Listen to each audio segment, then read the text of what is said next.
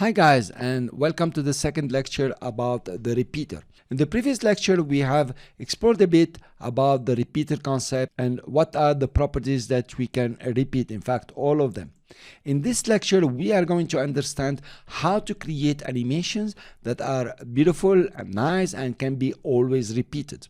Just to remind you that the repeater will repeat everything that is above it within the content and also all their animations. Fine. So logically, you will only do animations within the shape group inside. You will not touch the transform and you will not introduce any animations under the repeater. We will see about that later on when we will learn how to add certain effects, for example. So I will delete the repeater for now, and I need to use only the rectangle path, the stroke, the fill, and the transform rectangle one to create an animation. Let's go back to 100%, and I guess this is our layer that is here. I will go to align and put our layer in the middle. Fine. I will open rectangle path 1. I have the size 75. I will open the position here 0, 0, so it is perfect. I will come to 1 second and start deciding what kind of animation I want to create so I can repeat it. You have to keep in your mind, in your imagination, what is the resulting animation. I will start by animating the size. For example, at 1 second, I will keyframe the size and let it be 75. Come in the beginning, make the size 0. So let's look at our animation. It's very simple. Cool, we'll adjust the timing later. Let's come over here to the 1 second and go to the position here. I will keyframe the position, but move it to the right, for example, over here. Cool. I'll come to the beginning, return it to 0. So now we have our rectangle coming from the beginning and going like this. Pretty nice. Cool. I can also animate the rotation.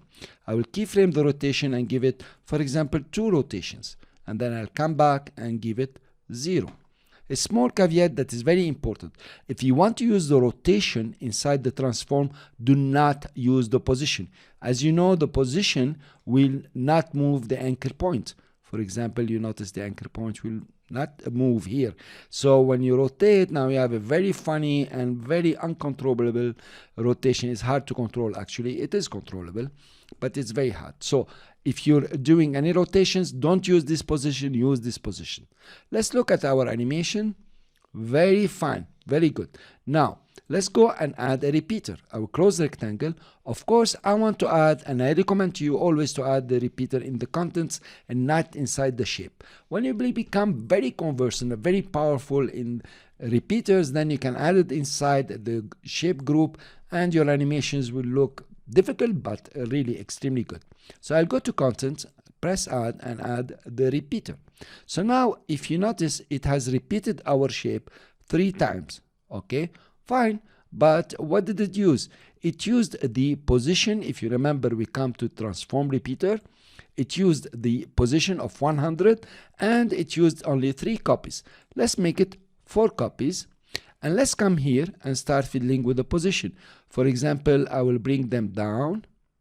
So now the animation is repeating itself on 181. And let's make it 175. And you notice it's coming from the initial position and moves also 175. So 175, 175, and so on. Cool, that's one. That's interesting, but not really that interesting. Okay, guys, let's put the position to 0. And we are going to work with the most used one. That is the rotation. Now I have 4 copies. I want to have 18 copies. Cool, no problem with that. If I move now, of course, I can see 1 because nothing is happening in the transform repeater. I want them to rotate. Now, if I rotate them, you notice how they are rotating very nicely, but I need to distribute them equally. So there are 18 of them, and I have a full rotation. A full rotation is 360 degrees. To get the right angle here, I'll just click here, write 316 divided by 18.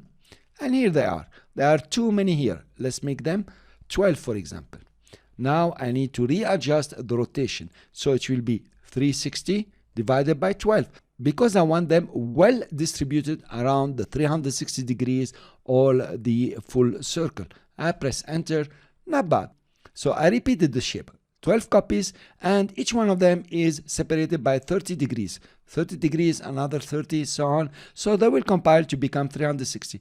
Let's look at our animation. We come to preview, press preview, and here you are.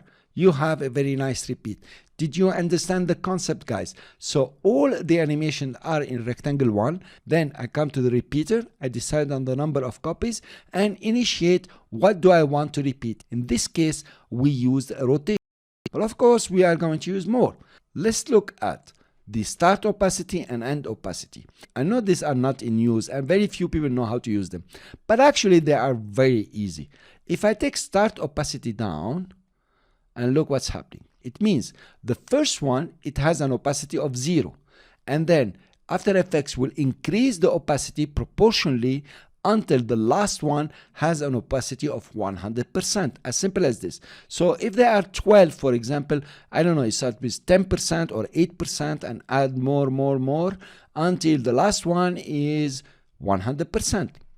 Let's put it back to 100. Let's work with the end opacity. If I drag it to 0, you notice the end opacity will work from the end. So the last one has an opacity of 0. If you click out, the first one is 100%. So the last one here has an opacity of 0 and it increases until the first one has an opacity of 100%. The logic here is very easy, it's not confusing. Let's create an animation using start opacity and end opacity. I will come just before here, keyframe the start opacity and the end opacity, both of them at 100%. Come to 1 second and keyframe both of them at 0%. Now let's look at our animation. It's gonna open and they disappear. Great, fantastic, you have done it. This is your first repeater animation and it's quite nice. Now you can do other things. For example, we said the repeater here will repeat everything that is above. Of course, provided that there is a certain animation. Or the repeater will repeat everything inside the rectangle 1.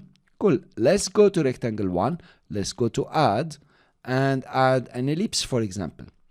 So now if you run your animation, your ellipse is part of a rectangle 1 and of course it's appearing. Look how it's appearing. It's pretty nice, right? I can come to the ellipse, make it smaller or bigger the way I want. For example, smaller or much bigger, by the way. Okay, so we have a double animation or double shape animation with the ellipse. So this is where the concept is very important. The repeater here has repeated everything above, and above there is rectangle 1 and inside it there are more shapes. What will happen if I come to contents, go and grab myself, you know, an ellipse will do, and I'll put the ellipse just over here. You notice already the ellipse is being repeated, but it has no animation. Of course, the ellipse has no animation. We didn't give it any. If you look at our drawing now, the ellipse is really being repeated according to the repeater parameter, which is start and end opacity and the rotation. If you run your animation now, here you are. Okay, we let it render. Let's go to 100%. Here you are. You notice that the ellipse is appearing and disappearing because of the opacity, and is not moving because it has no animation. You could add an animation to the ellipse very simply. You come to the end, you say, okay, I cannot animate from here, so the ellipse one should be animated. I click on position, move this position somewhere, whatever, it doesn't really matter, just to demonstrate. And there, here, you know, move it back to over here. Something like this. Let's see what is the result. Pretty astonishing. You have a wonderful animation and you have a wonderful repeat, though we didn't even know what we were doing with the position. Thank you very much for listening. Please open your After Effects, download this lecture and start working on the repeater. Create as much as possible. I just want to remind you that the repeater will repeat everything that is above, including its animations.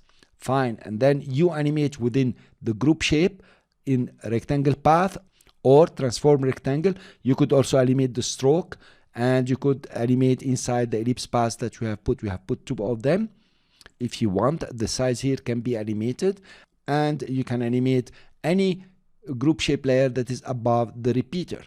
you don't create any animations with the transform. If you do, then you will be transforming the layer, and of course there is no repeat on the layer. By the way, I wish there was a repeat on the layer.